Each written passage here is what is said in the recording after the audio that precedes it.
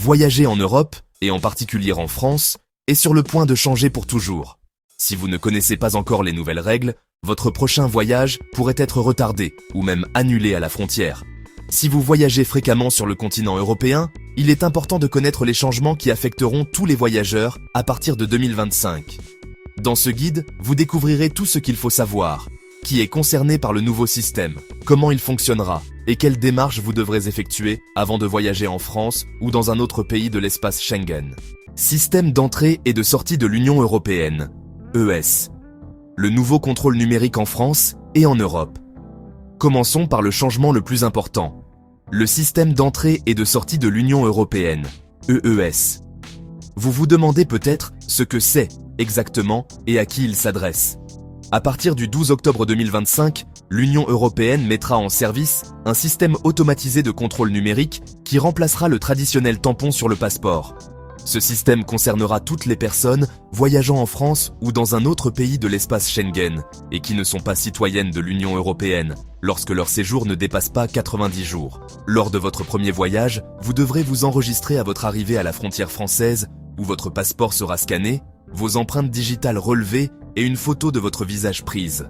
Cela signifie qu'au lieu qu'un agent vérifie et tamponne votre passeport manuellement, ce seront des scanners biométriques qui enregistreront automatiquement votre entrée et votre sortie du territoire. La reconnaissance faciale et la prise d'empreintes digitales remplaceront les contrôles traditionnels dans le but d'accélérer le processus frontalier et de renforcer la sécurité dans tout l'espace Schengen. Comment fonctionnera le nouveau système EES en France et dans l'espace Schengen ? Le nouveau système EES enregistrera automatiquement chaque entrée et chaque sortie des voyageurs non européens dans l'espace Schengen. Cela signifie qu'il n'y aura plus de confusion sur la durée de votre séjour en Europe. Le système saura exactement quand vous êtes entré et quand vous êtes sorti. Pour ceux qui avaient l'habitude de prolonger leur séjour au-delà de la limite autorisée de 90 jours, cela deviendra désormais pratiquement impossible.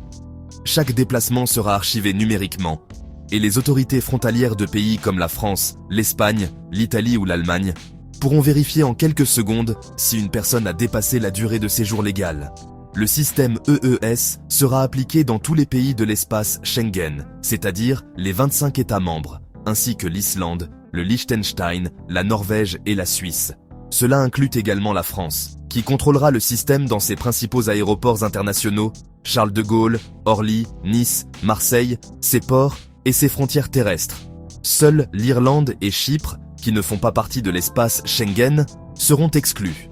Le système sera officiellement lancé le 12 octobre 2025 et sa mise en œuvre sera progressive. Les pays européens l'introduiront sur une période de 6 mois jusqu'à ce qu'il soit pleinement opérationnel en avril 2026. Cette application progressive vise à réduire les perturbations, notamment pendant les périodes de forte affluence touristique. La plupart des voyageurs feront connaissance avec le système EES lors de leur première arrivée en Europe, après son entrée en vigueur. Cependant, dans certains cas, comme les trajets entre le Royaume-Uni et la France via l'Eurotunnel, l'Eurostar ou le port de Calais, le processus d'enregistrement se fera sur le territoire britannique avant le départ. Lors de votre première visite en France ou dans un autre pays Schengen, vous devrez effectuer un enregistrement complet comprenant le scan du passeport, la prise d'empreinte digitale et la photo faciale. Ces informations seront stockées dans un fichier numérique lié à votre identité.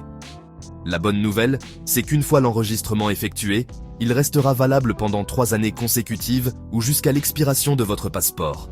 Lors de vos voyages ultérieurs, il vous suffira de scanner votre passeport et de confirmer vos empreintes ou votre photo sans répéter la procédure complète. Pour l'instant, il n'existe pas de système de préinscription à distance permettant d'enregistrer les données biométriques avant le voyage.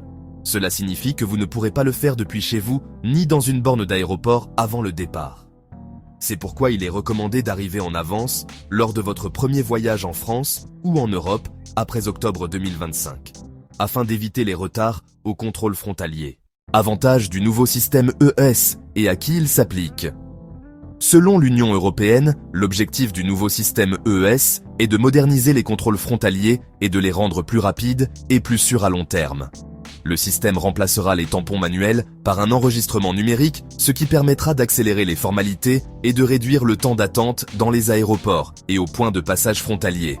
De plus, l'un des objectifs les plus importants du système EES est de contrôler avec précision la durée des séjours dans l'espace Schengen. Jusqu'à présent, il était possible pour certaines personnes d'entrer légalement en Europe avec un passeport valide, mais de rester au-delà des 90 jours autorisés. Avec le système EES, cette pratique deviendra virtuellement impossible, car le système enregistrera toutes les entrées et sorties en temps réel. Cependant, l'EES n'a pas pour but d'arrêter les personnes qui franchissent illégalement les frontières en dehors des points de contrôle officiels. Son objectif est d'améliorer la gestion des flux légaux de voyageurs et de renforcer la sécurité des frontières dans les pays de l'Union européenne, y compris la France. Mais à qui ce système s'appliquera-t-il exactement ? L'EES concernera toutes les personnes qui ne sont pas citoyennes de l'Union européenne et qui voyagent en France ou dans un autre pays de l'espace Schengen pour de courts séjours allant jusqu'à 90 jours. Ainsi, si vous possédez un passeport européen ou un titre de séjour délivré par la France ou un autre pays Schengen, vous ne serez pas soumis au système EES. Vous pourrez continuer à utiliser votre passeport ou votre carte de séjour habituelle pour franchir les frontières comme auparavant. Il est également important de mentionner que les données biométriques, empreintes et photographies seront recueillies uniquement à des fins de sécurité et de contrôle migratoire. L'Union européenne a déclaré que toutes les informations seront stockées et traitées conformément au Règlement général sur la protection des données, RGPD, garantissant ainsi leur confidentialité et leur usage strictement officiel. Néanmoins, ce changement représente une transformation profonde dans la manière dont les autorités européennes, y compris françaises, gèrent les informations des voyageurs. D'autres pays, comme les États-Unis ou le Japon, appliquent déjà des systèmes biométriques similaires à leurs frontières. C'est pourquoi de nombreux voyageurs se demandent si cette mesure pourrait affecter leur vie privée. En réalité, l'objectif principal de l'EES est d'offrir davantage de rapidité et de sécurité, en échange d'un processus plus automatisé. Pour la majorité des voyageurs, il s'agit d'un compromis raisonnable, moins d'attente et plus de contrôle, sans démarche supplémentaire. ETIAS, le nouveau système européen d'information et d'autorisation de voyage. Avec l'EES, arrivera un autre changement important, l'ETIAS, ou Système européen d'information et d'autorisation de voyage. Il s'agit d'une nouvelle mesure de sécurité créée par l'Union européenne pour tous les voyageurs provenant de pays exemptés de visa, parmi lesquels les États-Unis, le Canada, le Royaume-Uni et la majorité des pays d'Amérique latine. Selon le calendrier officiel de l'Union européenne, l'ETIAS entrera en vigueur environ 6 mois après la mise en œuvre complète du système EES, c'est-à-dire vers octobre 2026. Mais en quoi consiste-t-il exactement ? L'ETIAS sera un processus obligatoire de présélection avant le voyage, dont l'objectif est d'améliorer la sécurité des frontières et de permettre une entrée plus fluide et mieux contrôlée dans l'espace Schengen, y compris en France. Son fonctionnement sera très similaire à celui du système ESTA utilisé aux États-Unis ou à l'ETA canadien. Avant de voyager, les visiteurs devront remplir une demande en ligne et fournir des informations de base telles que leurs données personnelles et celles de leur passeport, leur nationalité et pays de résidence, leur destination prévue en Europe, ainsi que des réponses à quelques questions de sécurité. Le coût sera de 7 €, mais il sera gratuit pour les personnes de moins de 18 ans et celles de plus de 70 ans. La demande devra être effectuée au moins 96 heures avant le voyage, bien que les autorités européennes recommandent de ne pas attendre la dernière minute, surtout pendant les premiers mois de fonctionnement, lorsque des ajustements techniques ou des retards pourraient survenir. Une fois approuvée, l'autorisation ETIAS sera valable 3 ans ou jusqu'à l'expiration du passeport, selon la première échéance atteinte. Pendant cette période, il sera possible d'effectuer plusieurs voyages en France ou dans d'autres pays Schengen, à condition que chaque séjour ne dépasse pas 90 jours sur une période de 6 mois. Toutes les informations actualisées sur le processus et les dates précises seront disponibles sur le site officiel de l'Union européenne. L'ETIAS représente l'une des plus grandes innovations de la politique de voyage européenne et fait partie du même cadre de sécurité que le système EES. Le système ETA du Royaume-Uni, la nouvelle autorisation électronique de voyage. Si vous prévoyez également de voyager au Royaume-Uni, il existe une autre information essentielle que vous devriez connaître. Depuis que le Royaume-Uni a quitté l'Union européenne, il a mis en place son propre système de contrôle frontalier appelé Electronic Travel Authorization, UTA, qui a commencé à être appliqué au début de janvier 2025. Ce système est obligatoire pour les citoyens de pays tels que les États-Unis, le Canada ou l'Australie, qui devront obtenir leur ETA avant même d'embarquer pour leur vol à destination du Royaume-Uni. La procédure coûte 16 livres sterling par personne et reste valable pendant 2 ans. La demande s'effectue via une application mobile officielle, et ce n'est pas une simple formalité. Le gouvernement britannique examinera les informations personnelles et les antécédents du demandeur. Bien que la majorité des demandes soient approuvées le jour même, certaines peuvent prendre jusqu'à 3 jours ouvrables, il est donc conseillé de ne pas attendre le dernier moment. À partir d'avril 2025, même les citoyens de l'Union européenne devront obtenir une ETA pour entrer au Royaume-Uni. Les seules exceptions concernent les détenteurs d'un passeport britannique ou irlandais, ainsi que les personnes disposant déjà d'un visa britannique valide. Une fois approuvé, l'ETA permettra plusieurs entrées dans le pays pendant 2 ans et autorisera des séjours allant jusqu'à 6 mois par visite. Une condition considérée comme assez flexible. L'autorisation sera liée numériquement au passeport, ce qui permettra au personnel de l'aéroport de vérifier automatiquement sa validité lors de l'enregistrement. Ce nouveau système réduira les formalités manuelles à la frontière et, en théorie, permettra un processus d'immigration plus rapide dans les aéroports tels que Heathrow, Gatwick ou Manchester. Changement dans les taxes touristiques en Europe. En plus des nouveaux systèmes de contrôle aux frontières, les taxes touristiques en Europe connaissent également d'importants changements. Venise est à la tête de cette tendance avec un système de taxes touristiques à la fois controversé et innovant. À partir d'avril 2025, les visiteurs entrant dans la ville pour une seule journée devront payer jusqu'à 10 €, selon la date et le moment de la réservation. Si la réservation est effectuée à l'avance, le montant peut être inférieur, mais ceux qui arrivent sans prévenir lors des jours de forte affluence paieront le tarif complet. En Grèce, le gouvernement a également décidé d'augmenter sa taxe touristique nationale, connue sous le nom de taxe de résilience face à la crise climatique. L'objectif est de reconstruire et de protéger les infrastructures endommagées par les effets du changement climatique. Le montant varie selon le type d'hébergement et la saison, entre 2 € par nuit en basse saison et jusqu'à 8 € par nuit en haute saison. Bien que cela puisse sembler peu, pour une famille séjournant 2 semaines, la somme supplémentaire pourrait atteindre entre 400 et 500 € au total.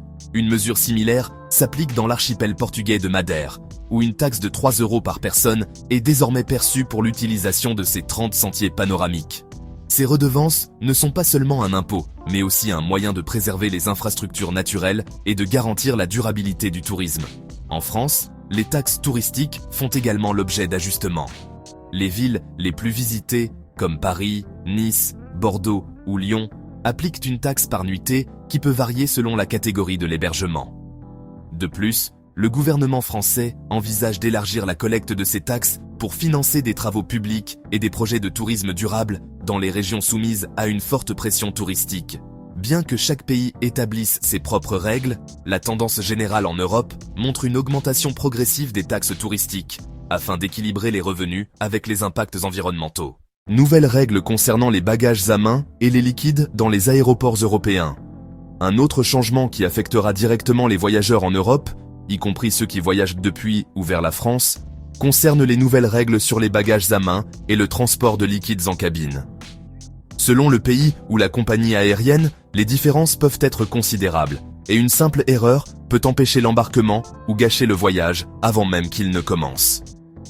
Les compagnies aériennes appliquent désormais des contrôles beaucoup plus rigoureux sur les dimensions des bagages, installant des gabarits à la porte d'embarquement et facturant des frais supplémentaires si la valise dépasse les dimensions autorisées. Cela touche particulièrement les compagnies à bas coût, devenues plus strictes avec les règles relatives aux bagages. Cependant, il y a de bonnes nouvelles pour ceux qui voyagent à l'intérieur de l'Europe. En juin 2025, l'Union européenne a officiellement approuvé une proposition permettant à tous les passagers d'emporter à bord une pièce de bagage à main allant jusqu'à 7 kg gratuitement, même sur les vols opérés par des compagnies à bas coût. La nouvelle réglementation établira que les valises de cabine d'une longueur totale allant jusqu'à 100 cm, accompagnées d'un article personnel supplémentaire d'au moins 40 cra 30 cra 1500 cm, devront être incluses dans le prix du billet. Bien qu'elle ne soit pas encore pleinement mise en œuvre, cette mesure représente une victoire importante pour les voyageurs et devrait entrer en vigueur progressivement dans les mois à venir.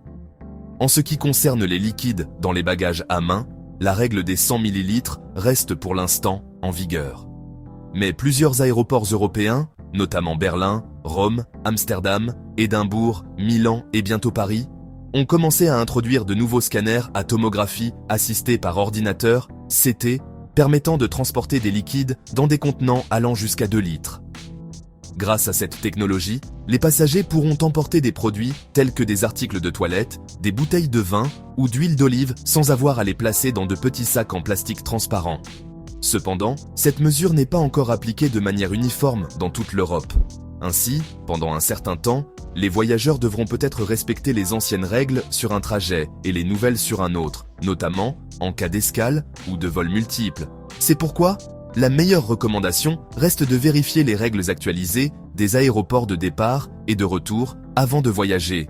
Malgré tous ces changements, l'Europe, et en particulier la France, demeure une destination fascinante et accueillante qui cherche à concilier sécurité, durabilité et confort pour les voyageurs. Si vous avez trouvé ce contenu utile, abonnez-vous, partagez-le avec vos amis voyageurs. Laissez un commentaire avec vos questions ou vos expériences. Et ne manquez pas les prochaines vidéos pour découvrir encore plus de conseils afin de voyager en France et en Europe sans complications.